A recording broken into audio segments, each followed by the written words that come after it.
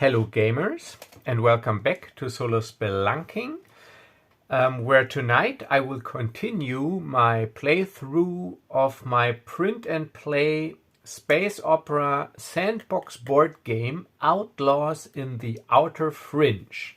So if you want to know what this is about and you just tuned in, please watch part 1 of this series, and if you want to try this game out for yourself, you can get it at Drive-Thru RPG. I put the link in the description. So full disclosure, this is a game published by me, so this is sort of like a self-promotion. So if you want to support me and the channel, just pick up a copy of this game. It is less than $3. You can get it for $2.91. But if you don't want to do it, that's fine too. So just, thanks for following me along on the ride, and we will continue our adventures of Nash Duncan, flyer for hire, who is on his way to fame and fortune in the Outer Fringe. But, so far he hasn't been that lucky because I'm still at 0 renown. But this is about to change, because I am very determined to travel to the Relmach system, an unremarkable dump, and collect this bounty that I have located here. Alright, so I'm starting a new turn. So at the start of my turn, my action counters refresh, and the turn starts with an optional movement phase. So I can decide if I want to leave the planet or if I want to stay one more turn. And I think I might stay one more turn, because then I can pick up another unit of legal cargo to deliver to Relmach to make some more money, and maybe I encounter something interesting. So I decide to leave, or to not leave just yet, and I will stay on the planet, which means I have to roll another encounter in the encounter phase, and because I didn't travel to another planet, it is 1d12.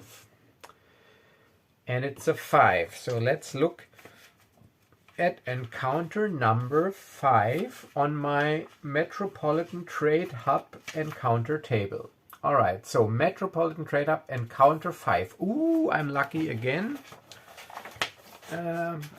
Encounter 5, no questions asked. I already had this encounter in a military blockade system. A suspicious group of 1d6 individuals needs passage to a random system. Roll 1d12 to determine the destination. No questions asked. They want to avoid any military entanglements. You can agree to transport them if you have enough free passenger cabins. So I got 3 passenger cabins on my ship. So if I roll anything from 1 to 3, I could take the job, basically. But the thing is, as long as the group is traveling with you, you are wanted. And the wanted condition interacts with certain encounters, like, for example, bounty hunters or military patrols. If you complete the transport, you are paid 1,500 credits per individual. If the target destination was a system under military blockade, you also gain 1 renown. Alright, so it can't hurt to see just how many people want to travel with me. Maybe it's more than 3, then I don't have a choice, I can't do it.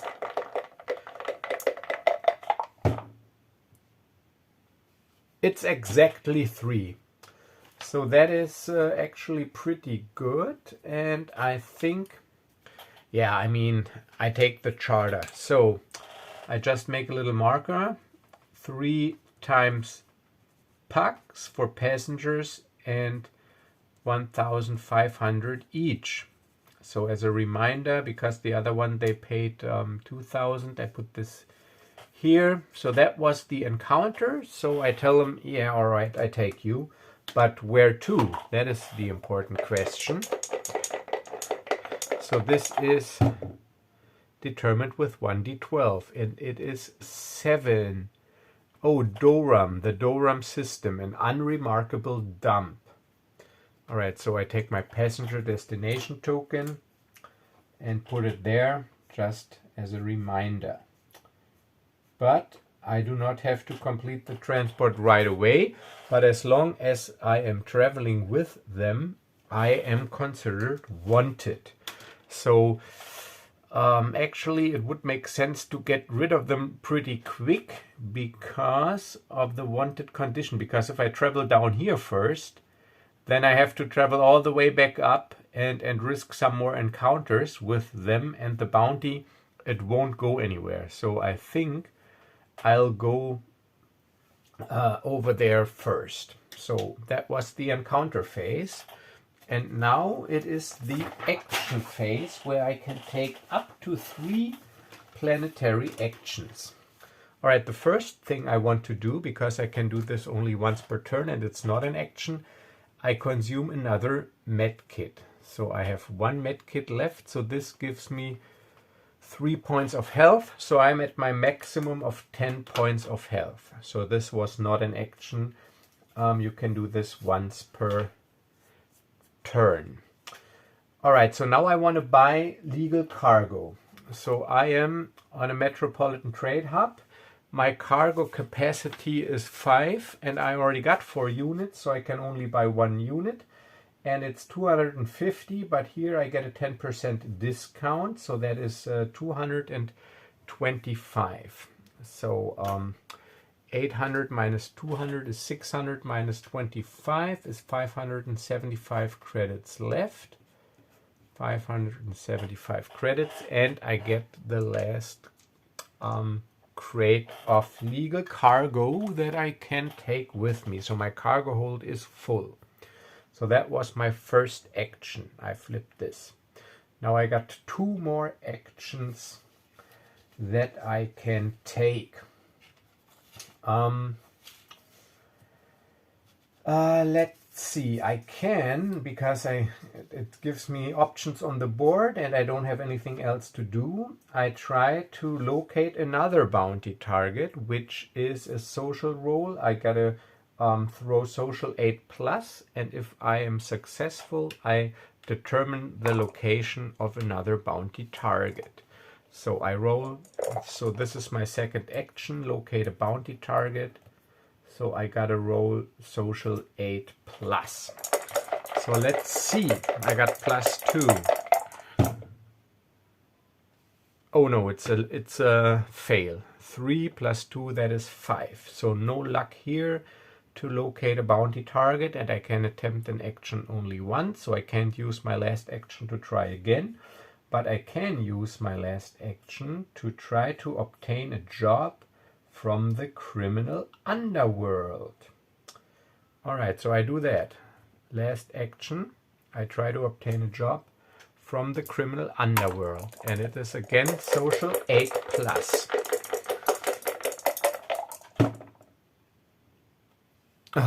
It's another 3 + 2, that is 5.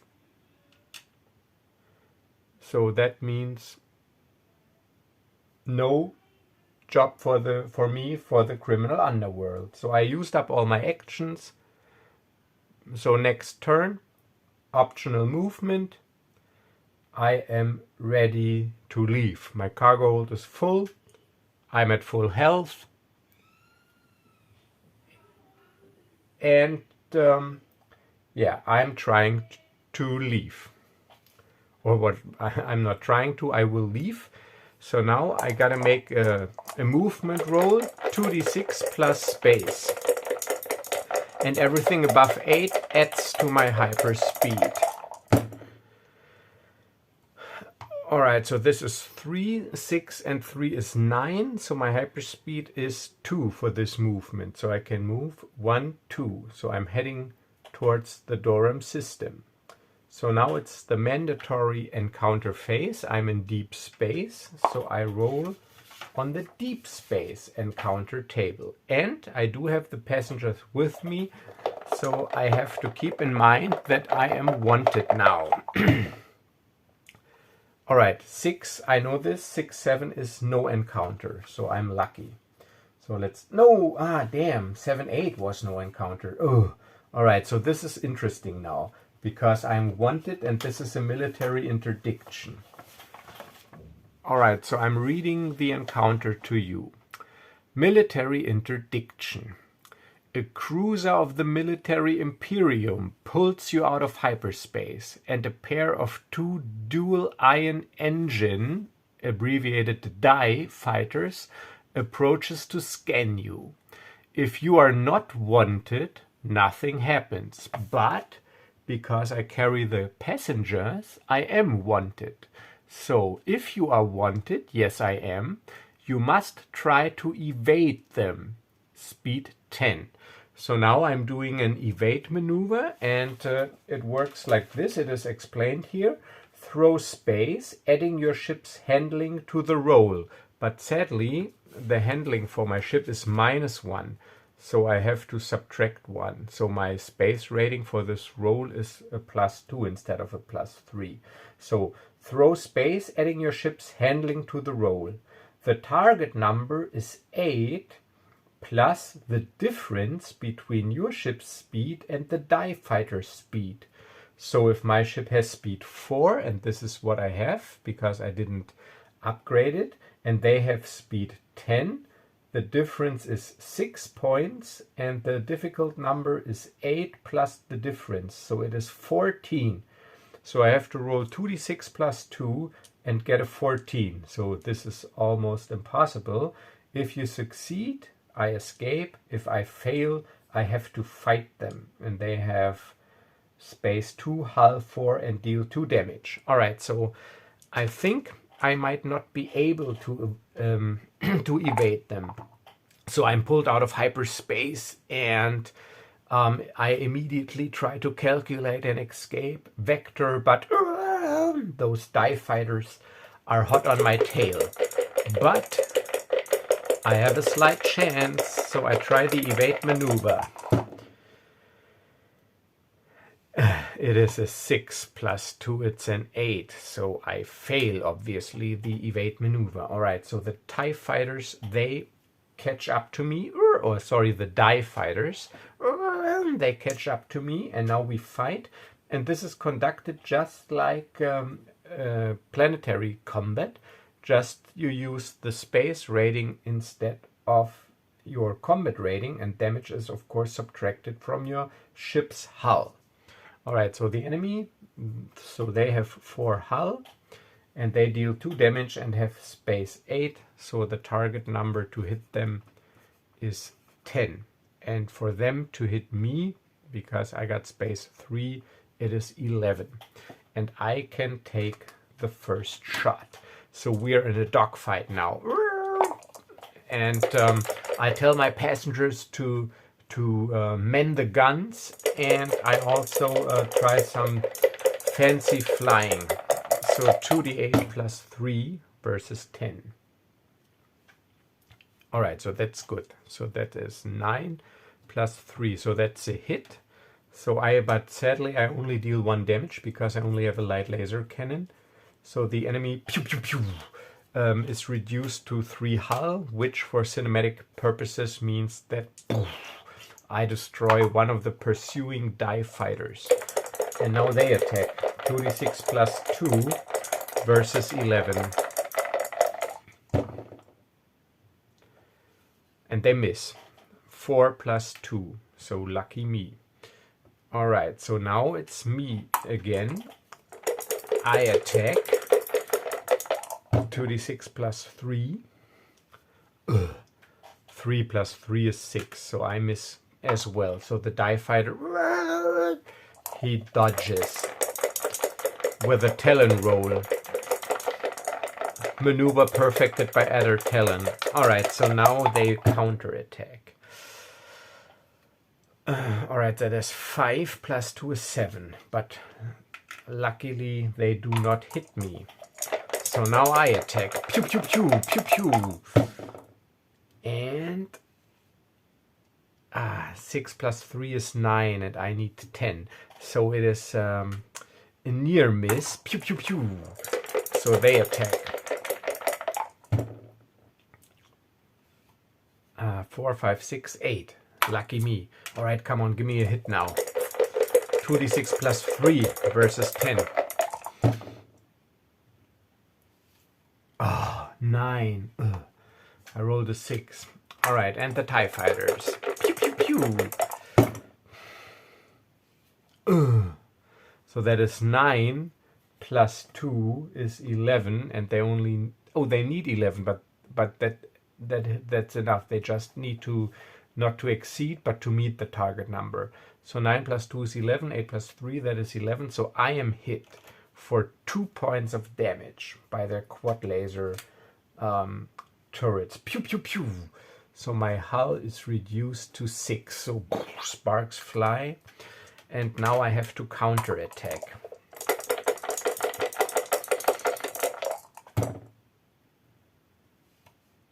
Yes, all right, so that is 4, 5, 6, 7 plus 3, that is 10. That is exactly the 10 that I need.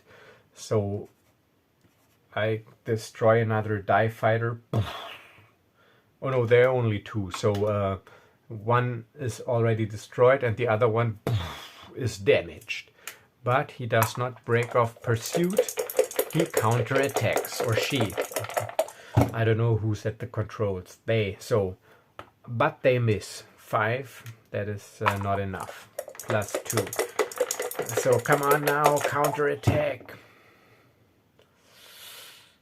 4, no. And again.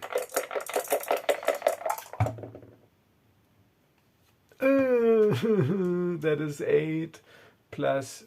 Oh no, that is 8 plus 2 is 10. They need 11. Ha ha! Whew, they barely miss. Alright, so that is 8 plus 2. They barely miss. Lucky me. Yes, I hit. 10 plus 3, so...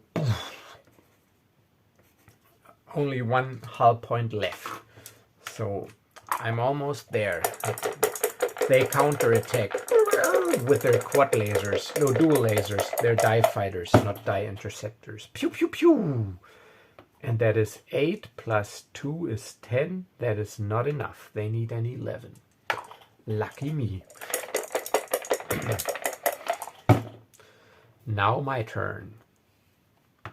Yes, 4, 7 plus 3. That is exactly the 10 I need. So after an intense dogfight, I managed to destroy the last TIE fighter. And because I'm much faster than the cruiser, I can continue my voyage. Alright, so that was the encounter phase. Now the planetary action phase, but since I'm in space, I cannot take any planetary actions. So now it is movement again. And now I do not need to roll because my hyperspeed is at least 1. So I can just reach the Dorm system, which I will do. My passenger destination of my 3 wanted passengers. Alright, and now we go into the encounter phase, and since I've traveled to a new system, an unremarkable dump system, I have to roll the encounter with 1d20. Because it might be that something happens in space while I'm on approach. So let's roll 1d20.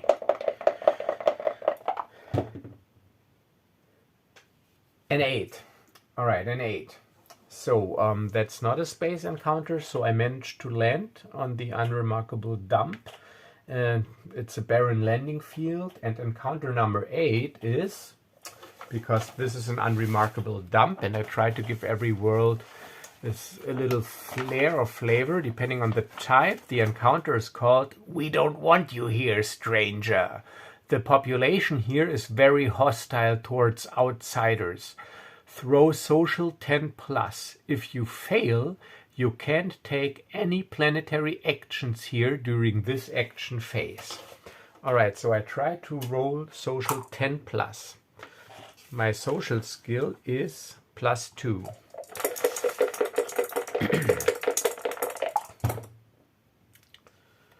Ah, look at this. 8 plus 2 is 10.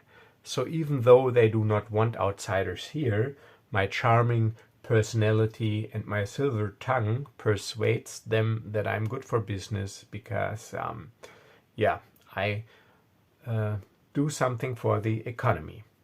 Alright, so I can take planetary actions now, And my first planetary action will be, and this is a planetary action, I will disembark my wanted passengers. So I disembark them, which means I gain 4,500 credits. So I'm at 5,075 credits. 5,075, and this was my first action of my 3. So I flip 1 and I got 2 more actions that I can take this action phase. I can remove this because I delivered my passengers. But the thing is, I'm on an unremarkable dump. I do want to repair my ship because I've taken 2 points of damage. So my action would be, or will be, to try to use a shipyard. But since I'm on an unremarkable dump, it says here, so use a shipyard. You can buy legal modifications for your starship, maybe I should look into that, and repair your ship's hull damage. Repairs cost 1,000 credits for every point of the hull restored. You can't increase your hull points above your base value, obviously.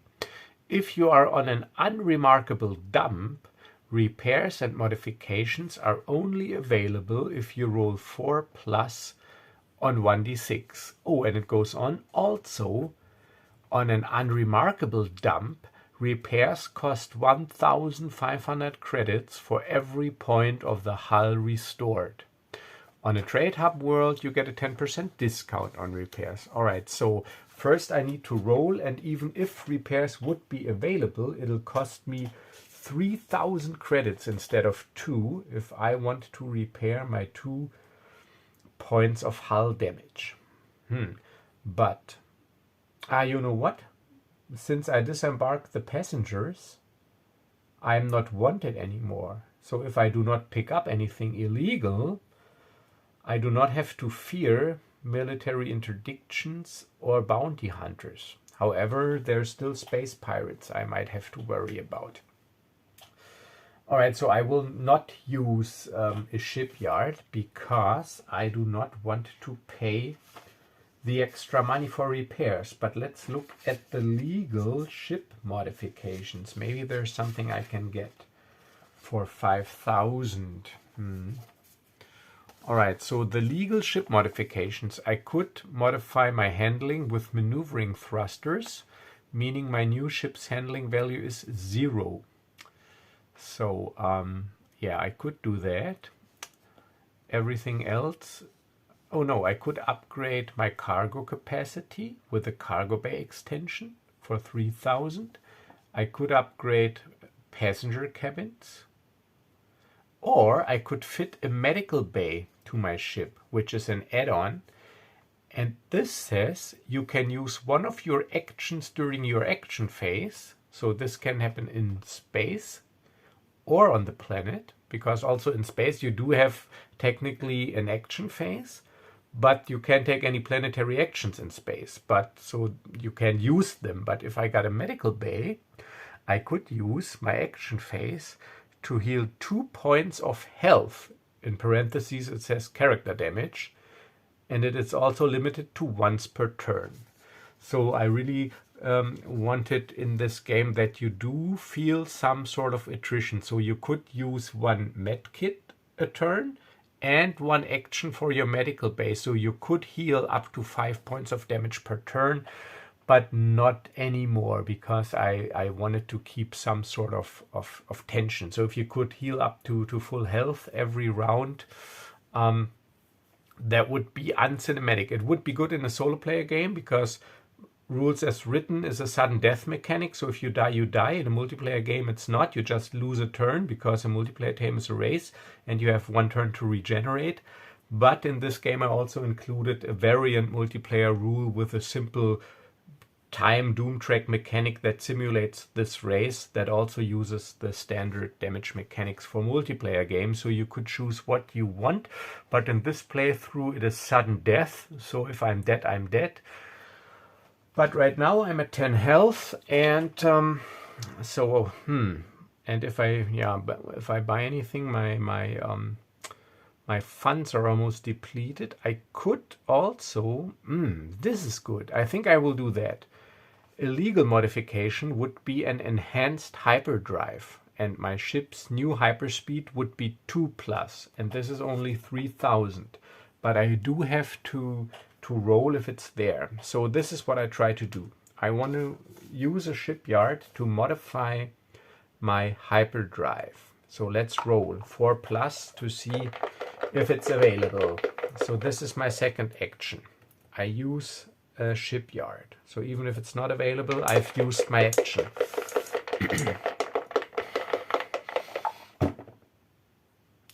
Because it takes time to ask around and to do the negotiations. This is why you still use up an action. And yes, it's a 5. So I am lucky. Even though I'm on an unremarkable dump, there's a scrap dealer there that sells me an enhanced hyperdrive. So 3000 credits. So I'm at 2075. And my hyperdrive is now 2+, and it's a mod. And this is also important because, like I said, the goal of the game is to gain 10 renown, and the ways you can get renown are described here. I don't want to read them all to you. You can just look it up, even though if you just look at the preview of this game. But it also says, because it's a smugglers and reputation game, if you have a total of 3 or more ship modifications and or add-ons installed, you gain 1 renown. So now I got 1 of 3. So if I install 2 more, I also get 1 renown. And only the current number of upgrade counts. So this might be a shifting value. So if you if you lose an upgrade for whatever reason, and then you only have 2 installed, you would also lose this point of renown. So it only takes into account your current number of modifications and upgrades. And this is, of course, as you know, you've never heard of the Millennium Falcon. So this is why this upgrade mechanic is there for your reputation. So yeah, I got a damaged ship, but it's upgraded. It is faster now, and I still have a planetary action left. So since I got nothing to lose, why not use this action instead of wasting it? And my goal is I want to obtain a job from the criminal underworld, just so that you can also see this job mechanic. So I also have to throw social aid plus. And there, it doesn't matter if I'm on an unremarkable dump. It doesn't matter. So, social aid plus. I got social plus 2. Let's see if I make contact with the criminal underworld. And this is my last action. Yes, 10 plus 2. So now what you do is, if successful, roll on the job table to see what you are offered, and roll 1d12 to determine the target system where the job takes place. You can then decide if you want to take the job. So I do not have to. I can look at skills that are required and then I can decide. But if I accept it, I can't accept another job until I finish this one or I fail this one. And if I fail a job, I might lose a point of renown. I might. It's random. And you can't obviously go below 0. So I roll on the job table. Let's see if this is, I think, not included in this reference sheet. It's in the book. Yeah, so let's roll on the job table.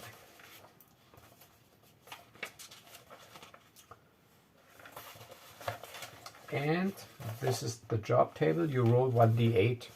And this game also features a random job generator if you want to use that. But this would take too long now on camera to go through the process. Actually, it's not that long, but I don't want to do it on camera, so I just roll 1d8. So it's job number 7. So job number 7 is The job break-in and theft. You are hired by an organization to break into a facility and steal specific items.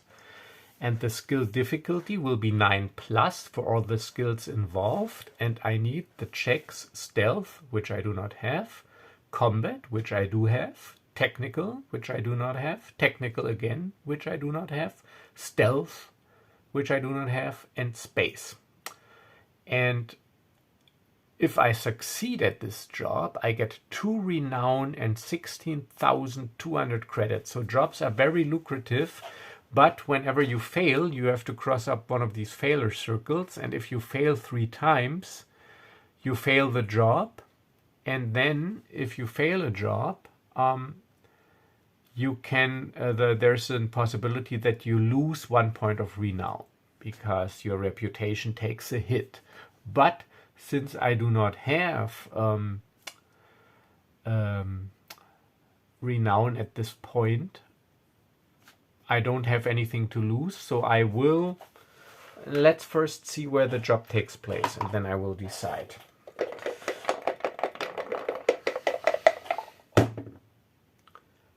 Five, where is 5? There. Yeah, I take it. I take it. All right, so job location, and this is job 7. Job 7, so I make another one of my markers. Job 7.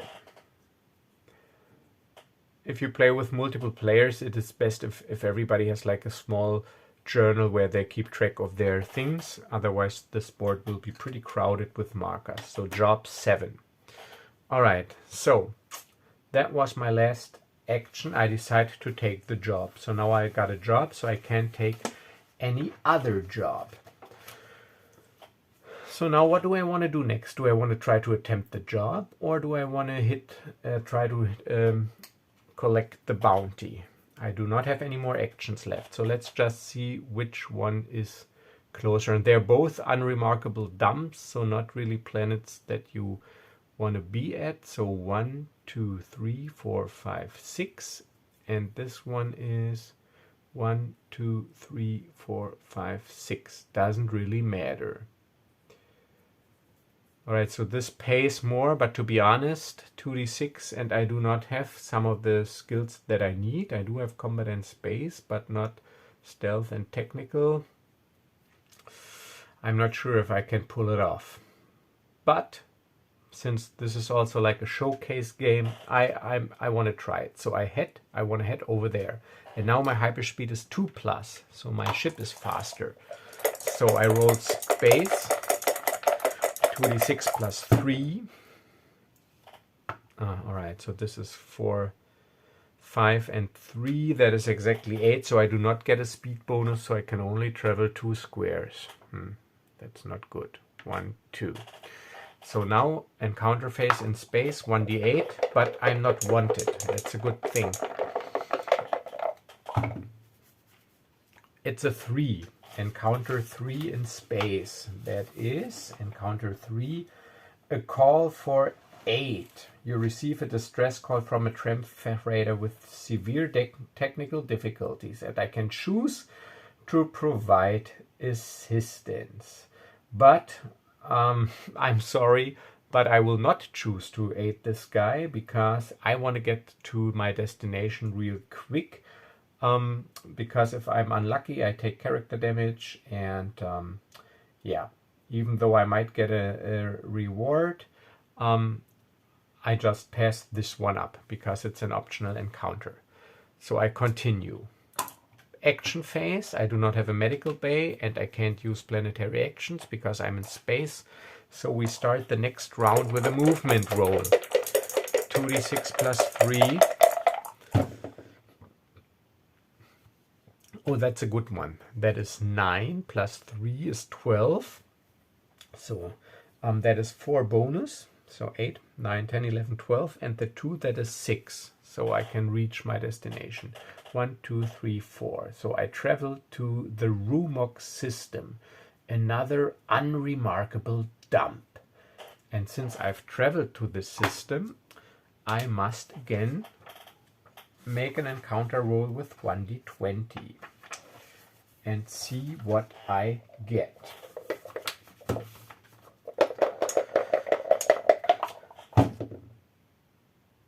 It's a 14.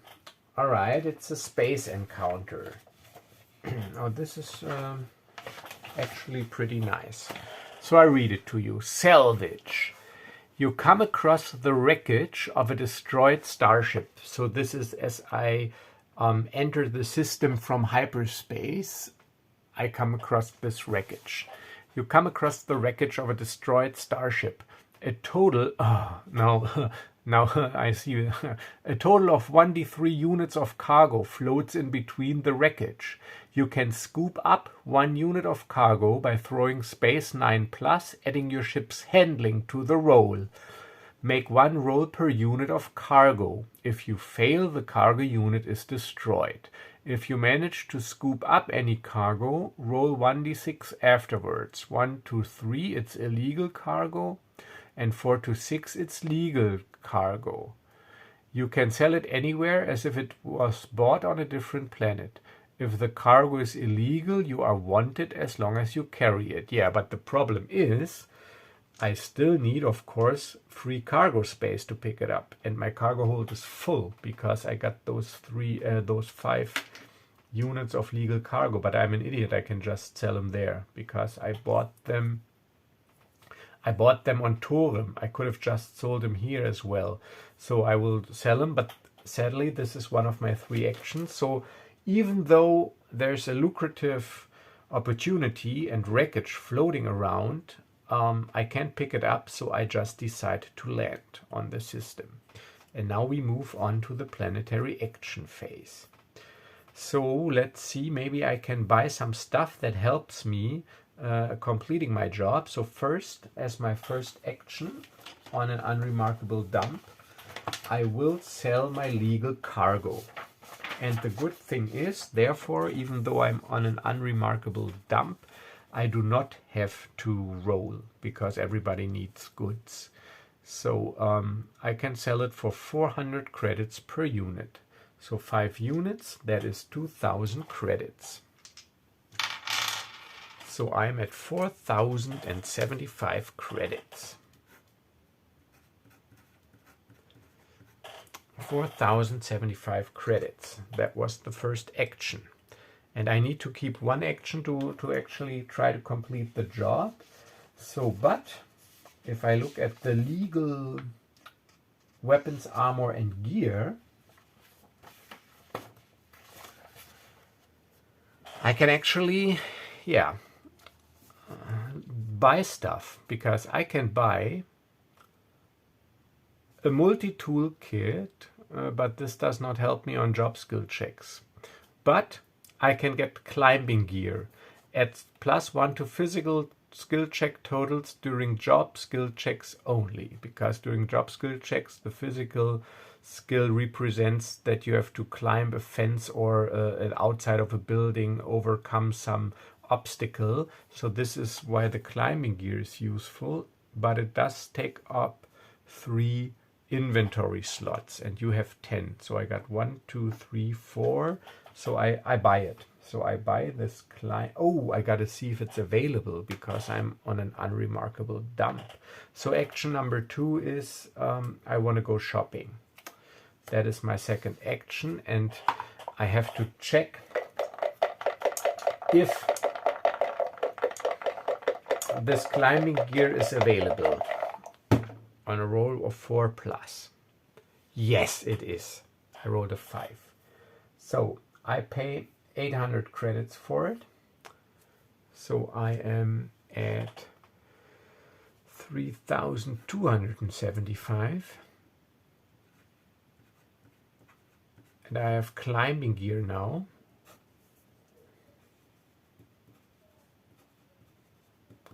Climbing gear, and this takes up 3 slots.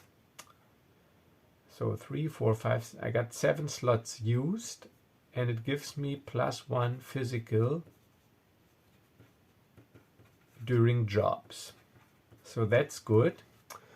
Let's see, can I get anything else that might help me on this job? Because I'm still in the shopping action mode, but I do have to roll for everything that I want to get.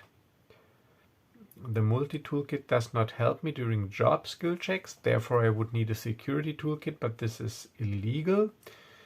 And other stuff I do not need at the moment from this list. I would need some illegal stuff, but can't afford it at the moment. All right, so now my last action will be I try to complete the job. So here the description says, completing a job requires you to succeed at several different skill checks as stated in the job description.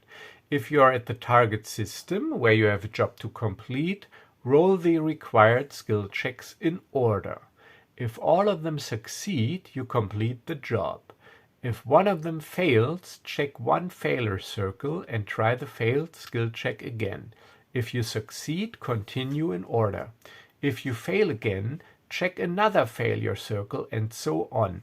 If all failure circles are checked before you succeed at all skill checks, the job is a complete failure. You lose the job and you must roll 1d6. On a 1 to 2, you lose 1 renown, down to a minimum of 0. And obviously you do not get paid. If you successfully complete a job, you get the credits and renown stated in the job description.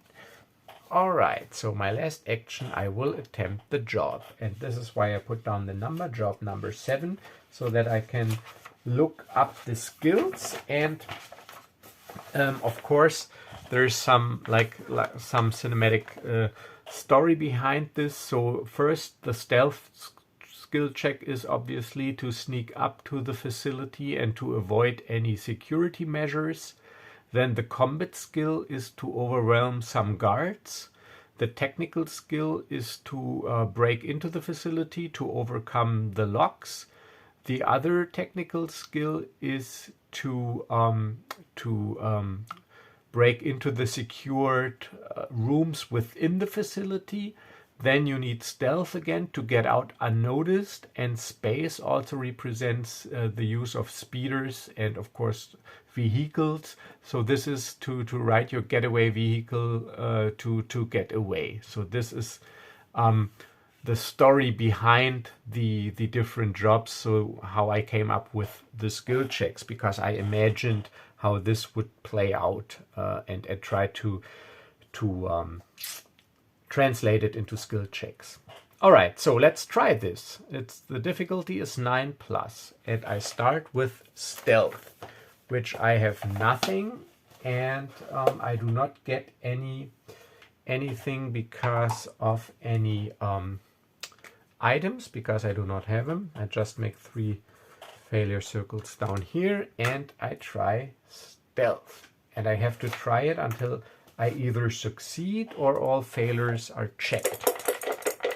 So stealth, I need 9+.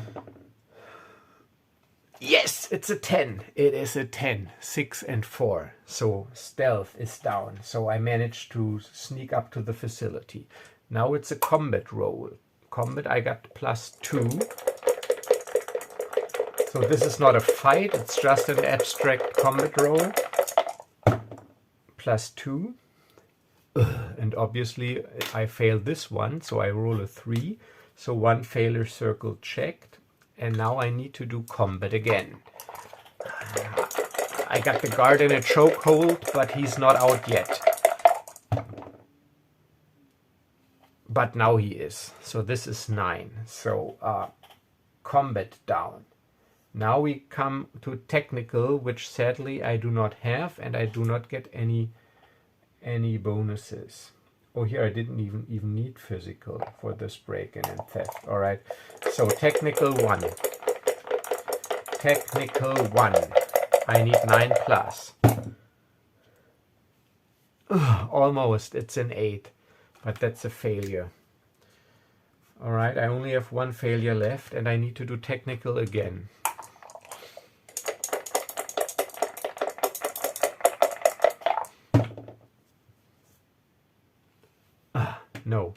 Alright, so I completely fail the job. So even though I managed to subdue the guards, I failed to break into the facility without alerting security and the automatic defenses. So I decided it's better to make a quick exit, and I leave. So I failed this job, so I do not get paid. And if I would have had renown, which I don't, now I need to roll, and on a 1 to 2 I would have to reduce my renown by 1 because my reputation took a hit.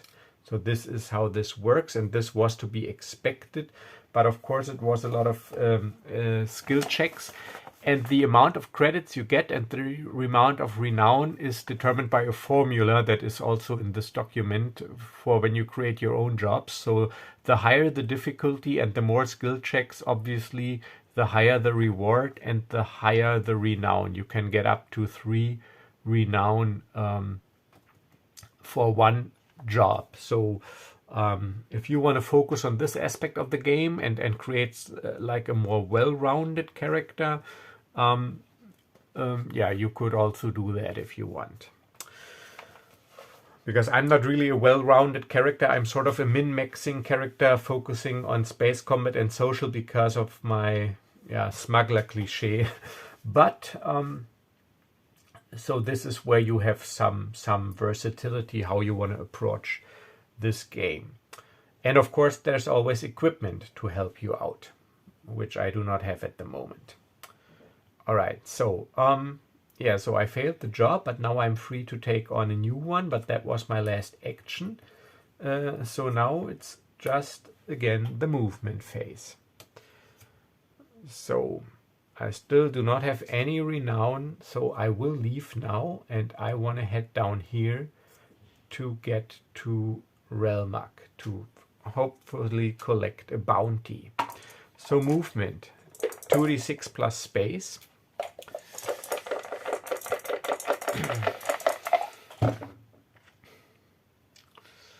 Alright, so this is 4, 5, 6, 7 plus 3 is 10. So I get a 2-point speed bonus and 2 base speed, so I can travel 4. Yeah, let's double check. 4, 5, 6, 7. No, haha, that's 11. Exactly. So 4, 5, 6, 7. No, 7 plus 3. Yeah, I'm stupid. So 10. So yeah, I can travel 4 squares. So I will travel 4 squares. 1, 2, 3, 4. If I can land here, but no, I do not want to. 4. I just stay in space and roll with 1d8. So if I would have traveled here and ended my move there, I would automatically, because I'm in a system, would roll the encounter with 1d20. And then I'll be on that planet, which is not bad. It's a wretched hive of scum and villainy. I haven't been to one of those. And there I could also encounter stuff, make money, etc. But I will just continue. So now I need to roll again, because I still got 3 to go. So I need at least one point. All right, 4, 5, 6 plus 3, that is 9. So that is 1 plus the 2 hyperspeed is 3. That is exactly what I need. 1, 2, 3. So I arrive at the Relmak system, which is also an unremarkable dump. Alright, after movement comes the encounter, and because I traveled to a new system, I do need to roll with 1d20. It's a 6. Alright, a 6 on an unremarkable dump. Let's see what this is.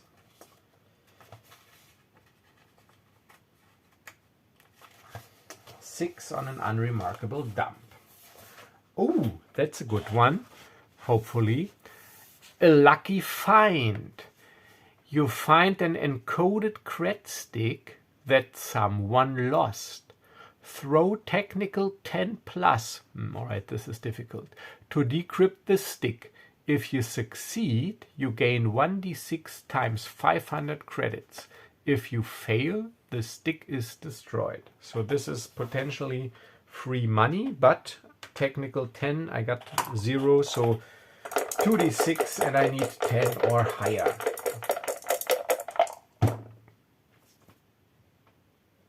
Yes, look at this, it's a 10. So I managed to decrypt the stick. So now I need to roll high. 1d6 times 500 credits. Yes, it's a 6. That is 3,000 credits laying just there on the street. So I'm at 6,275 credits. Yes. All right, so that was the encounter phase. And now we are in the action phase. I got 3 actions, but I need one of them to fight the bounty, because that is also an action. But let's see what else I can do.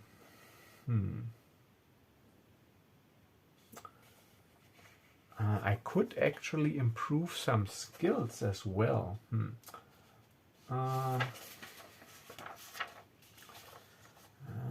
This is an unremarkable dump. That is the thing that is bothering me. But you know what?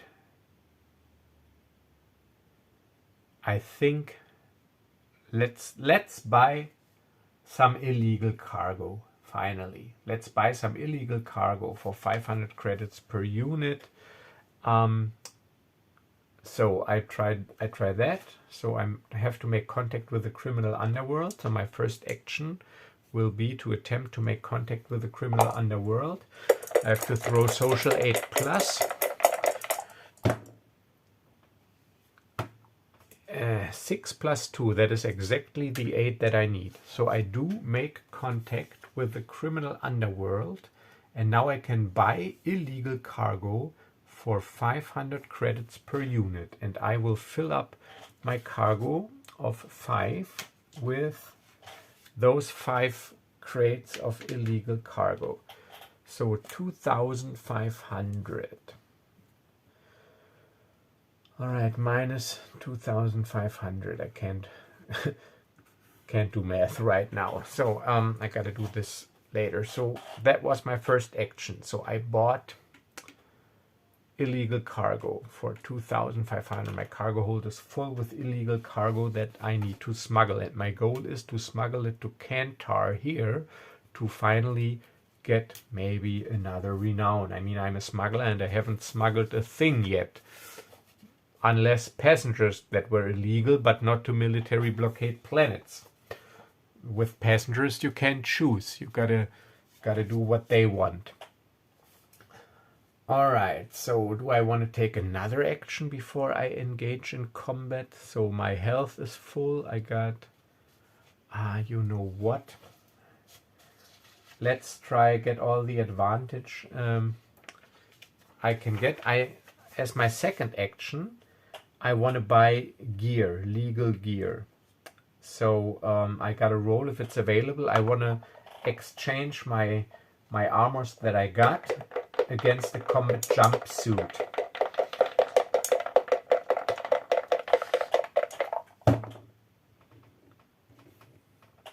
Yes, it is available. All right, so I buy a combat jumpsuit, but I cannot combine this with other armor, and I do not get money back. So I have to cross out my blast vest and my jacket. I'll keep the jacket for flavor purposes without an effect over my combat jumpsuit. And now I got a combat jumpsuit.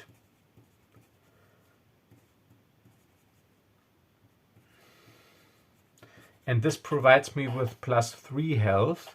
So my new maximum health is 11. And yeah, so I am also not wounded, so I am at 11 health now.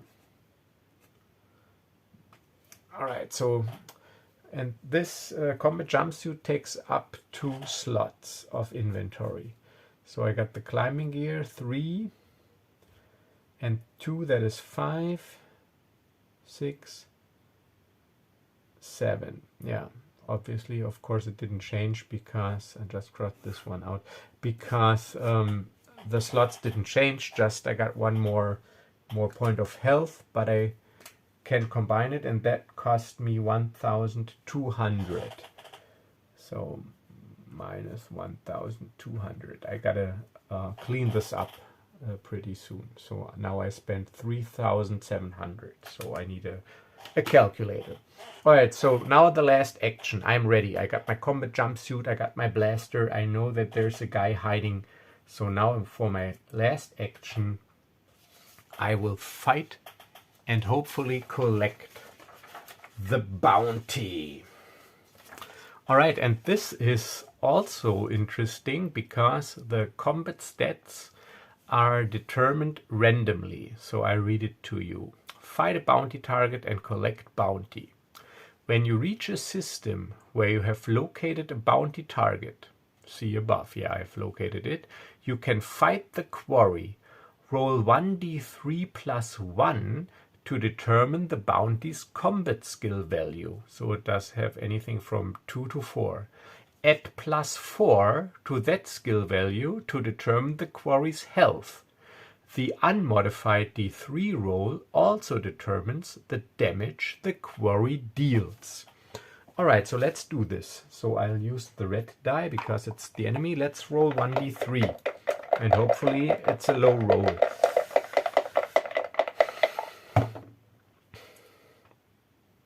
Yes, it is. 1, 2 is 1. So the 1d3 roll is a 1. So the quarry has a combat skill of 2, because it is 1d3 plus 1.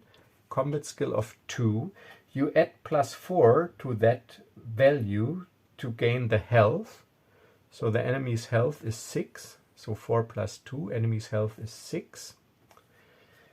And the damage is the unmodified roll, so it only deals 1 point of damage. And now let's get to the point of what I get. If you defeat the quarry, you gain 1 plus combat skill value. So 1 plus combat skill value 2, that is 3. So 3 times 2,500 credits. So in this case, it'll be 7,500 bounty. And if the combat skill value of the quarry was 2 or 3, it is 2. You get 1 renown if you defeat the quarry. If the value was 4, you get 2 renown for defeating the quarry. So this is actually the easiest quarry I could get with 1 on a d3. So I will get 1 renown. So we now resolve a normal combat. And I go first. So the health is 6. And the combat value is 2. So I have to get 10. So 2d6 plus 2 versus 10. And that's a miss. That is 5. So the target number is also 10. That is 5. So I encounter the quarry, and now the quarry counterattacks. And also, so we got the same combat value, so also the quarry needs 10. So they roll 2d6 plus 2, and they also need to get 10. But they will only deal 1 damage. Alright, 4 plus 2, that is 6. That is not enough. Now me again. Yes, this is a 10, which deals 2 points of damage. And for those of you who've read the comments on my last video, one user, Sean, he gave me an excellent feedback, and he told me that combats, that they might turn into slugfests, and so I suggested maybe if you want to add some uncertainty, you could add a rule that if you roll doubles like this and you hit, you would deal 1 additional point of damage. Of course, it goes both ways. I will not do this yet, because for me, I haven't really thought of this as a problem, but if I might encounter this as a problem, if combats drag out too long, this might be an option you could use to add some damage boost, some additional uncertainty. But I will just play as written by for now. So I deal 2 points of damage, so the quarry is at 4 health and counter attacks. Pew!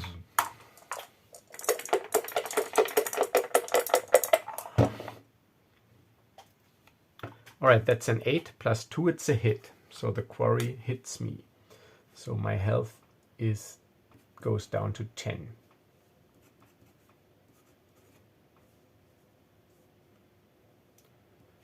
All right. So now me again.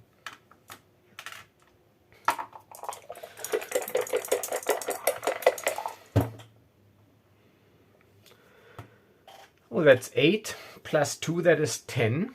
So that's another hit. So the quarry is at 2 health. Pew! And I need only one more hit. So yeah, this is basically pretty predetermined, but I'm also very lucky that I rolled the lowest possible bounty. Oh, but they counterattack. Pew! So my health is 9. Now I attack. But since this is not a straight probability, but a bell curve, it does make a real difference, 1 or 2 points difference. So if this guy's combat value would have been 4 and I would need a 12 to hit him, and he would also deal 3 points of damage, it would be an entirely different combat. So now I'm attacking and I miss. 4 plus 2, that's not enough. Pew! So he attacks. And he hits. That's a 9 plus 2, 11. So I'm at 8. 8 health. Pew! And now me again.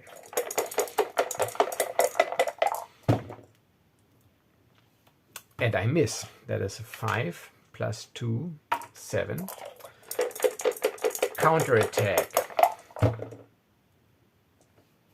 Oh, look, 9. Another hit. Pew! I'm at 7. Now my turn again.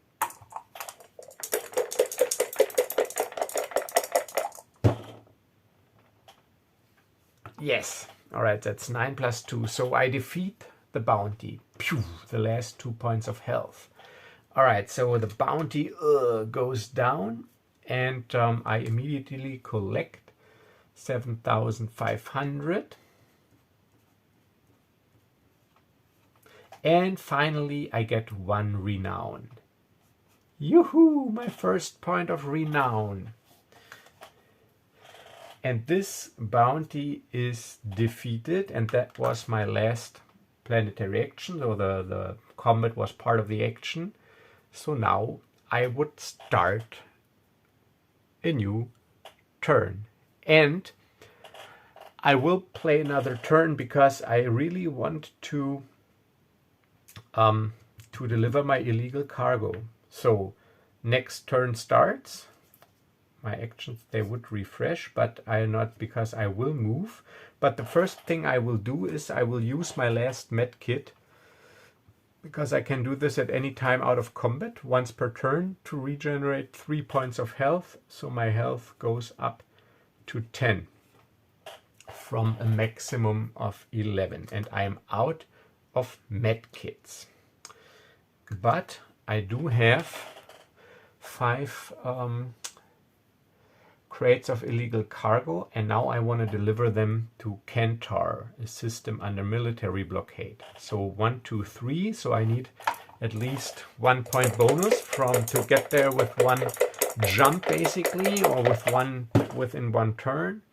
So it is so it's a 10 plus my space rating, that's 13. That is more than I need, so I can just go 1, 2, 3. So, and now I am wanted, and I'm on a military blockade system. So now, because I just traveled there, I need to roll 1d12, and as long as I carry those crates, I am wanted. And this can be pretty deadly. It's a 5. All right, look, what is a 5? Military blockade. A 5. Let's see. Military blockade of 5. Of course. All right, so let's see. Encounter 5 is military entanglements. A squad of 6 military shock troopers is checking IDs, looking for wanted individuals. If you are not wanted, nothing happens. But I am wanted because I still carry 5 crates of illegal cargo. Alright, if you are wanted, yes I am, throw either, so I got a chance here, social 8+ or stealth 8+, your choice to avoid them. So I would either talk my way out of it or I sneak around them. I can choose, and obviously because I got social 2, I'll use social. If you fail, you have to fight them, and then it gives their stats. So let's hope that I do not have to fight them. And yeah, so I try to talk my way out of it. These are not the crates you're looking for, with 2d6 plus 2 social, and I need an 8. Yes.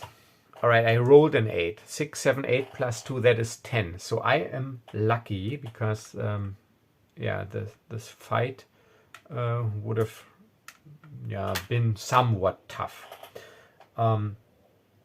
All right, so I managed to avoid them. But now I need to sell the cargo, and in order to do that, I need to make contact with the underworld, and this is more difficult on a planet under military blockade. So here it says sell illegal cargo. Throw social 8+ to make contact with the underworld to find a buyer for your illegal cargo. If successful, you can sell it for 1,000 credits per unit on any planet other than the planet it was purchased on. And now, if you're on a planet under military blockade, yes I am, you must throw social 10+ to make contact with the underworld. If you're on a wretched hive of scum and villainy, you are successful if you throw social 8+. Alright, and if I deliver this load of illegal cargo, if I sell it, I get 1 renown and a lot of money, which then allows me to really pick up speed. But I can only attempt this once per turn, so this will be my first of my 3 actions after the encounter phase, and I need to throw social 10+.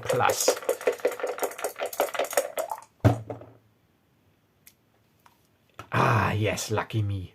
I rolled an 8, and since I got social 2, that's the 10 I need. So yes, thankfully I do find a buyer. So my first planetary action successful, and now it is 1,000 a crate. So 1, 2, 3, 4, 5. I sell them for 5,000. Now I really need to get a calculator out. So plus another 5,000, and more importantly, I get another point of renown. So I'm at 2 renown now. And now I'm not wanted anymore, because if I would have failed, I could not have attempted the same action again, meaning before I go into the action phase again, next turn, I would have to resolve another encounter and I would still be wanted. So this is why it can be pretty dangerous on military blockade worlds. All right, so now I got 2 more planetary actions left.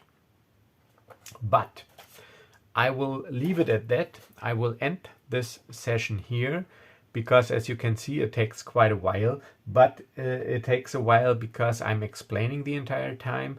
And now, once you get to a certain amount of money, the game starts to pick up speed because you can buy better stuff, meaning you can go to places faster, you can train skills, and now so once you get to a certain amount of money and equipment, you pick up speed in the game. And so this, after this initial slower phase, so now if I would now I need to add my payment together, deduct my expenses, and then I would really have some money to work with to build myself up to pick up some pace. So I hope you like this game, and I hope you got a little overview of how it plays or how it would play out. And yeah, so like I said, it's also pretty fun to play with a friend or maybe two. That is the sweet spot, so that the downtime between turns is not that long. And then it's really like a satisfactory experience because it's like a race. So if you get 1 or 2 renown a turn and your buddy doesn't, or he gets renown and you got to pick up the pace. So, and there's also the possibility of PvP interaction if you want that. And it's also not such a big game breaker, because if you are defeated, of course the guy that defeats you gets a renown, but you do not lose all your stuff or gear. You just, like, if you are like if it's your turn and you attack someone and he defeats you, your turn just immediately ends, so you skip the rest of your turn and you have to spend your next turn. You just lose your next turn to recover, and then you can set the value that was reduced to 0, so either hull or health, back to 5. And then after that you can continue normally the next turn. And so you lose a turn, which is of course not good if you're in a race, but it's not like, I'm dead and this is like game breaking and I can't catch up because I lost everything. So you keep your upgrades, you keep your equipment, you keep your money. Just the guy that defeated you gets a renown and you lose a turn basically. So yeah, you can also read all this in the preview of the game. It is pretty extensive. So yeah, I hope you liked it and you enjoyed it. Obviously I did, but yeah, I don't want to play this all the way to the end, even though it would go faster now. And now I think I will take a little creative break till the weekend, which is not very long. And then my plan is to start my Alone in Deepfall Breach series, where I finally play Dragonbane, which I'm pretty excited to try out actually. So this is it for tonight. So thanks for watching, and again, thanks for your support. And if you like my channel, if you like my content, if you want to support me, please do subscribe, because as I used to say, it costs you nothing and it makes me happy. So as always, stay safe and stay healthy, and I will see you in the next video. Bye bye.